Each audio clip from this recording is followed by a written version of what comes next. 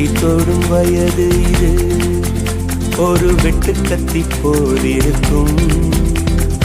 அதிசயம் என்னவென்றால் அதன் இரு பக்கம் பூவிருக்கும். கனவுக்கு செயல் கொடுத்தால் அந்த சூரியனில் செடி முளைக்கும். புலன்களை அடக்கி வைத்தால் தினம் புது புது சுகம் கிடைக்கும். காலில் குத்தும் வாணி உன் ஏழி என்று காமி, பல இன்பம் மல்லி சேர்த்து ஒரு மூட்டை கட்டி வாணி வாணி. இதுவரை நெஞ்சில் இருக்கும் சில துன்பங்களை நாம் மறப்போம். கடிகாரம் உள் தொலைத்து தொடுவானம் வரை போய் வருவோம். அடைமழை வாசல் வந்தால் கையில் குடையின்றி வானனைவோம்.